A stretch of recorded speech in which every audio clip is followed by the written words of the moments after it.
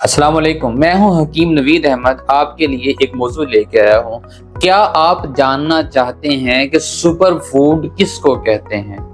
अगर आपने super food के मुतल्लिक चंद लफ्जों और फिक्रों में आगाही लेनी है तो ये वीडियो पूरी देखिएगा।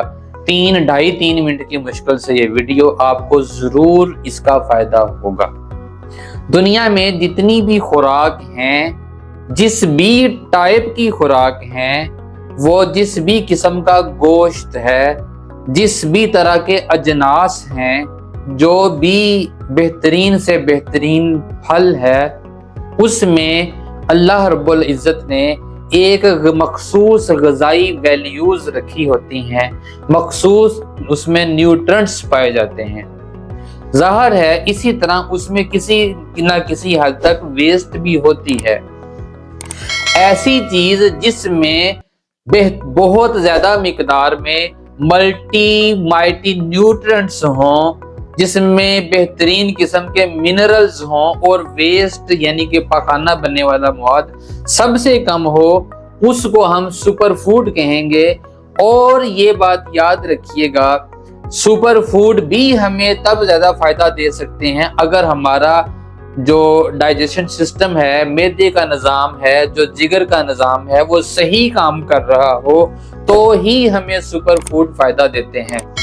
वरना सुपर फूड भी हम खाते रहते हैं और वो ज़ाया होता है, जिस्म को नहीं लगता। याद रखिए, सुपर फूड्स में बादाम, अखरोट, पिस्ता, काजू, चलगोजा और नारियल ऐसी चीजें हैं जिनको हम इस रोए जमीन के ऊपर इस दुनिया में बहुत बेहतरीन सुपर फूड्स मान सकते हैं।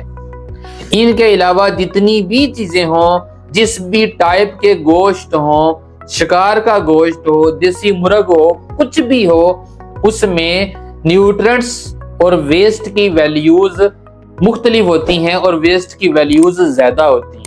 इसलिए हम उन्हें उनकी क्वालिटी और क्वांटिटी के लिहाज से हम सुपर फूड नहीं कह सकते, हालांकि वो भी बहुत अच्छी चीजें होती हैं।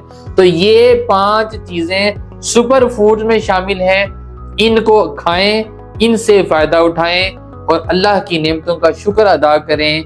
हमारे चैनल को सब्सक्राइब करें, वीडियो को शेयर करें, लाइक करें और कमेंट्स में कुछ पूछना चाहें, कुछ रहनुमाई लेना चाहें तो कमेंट्स में पूछ सकते हैं। अस्सलाम वालेकुम।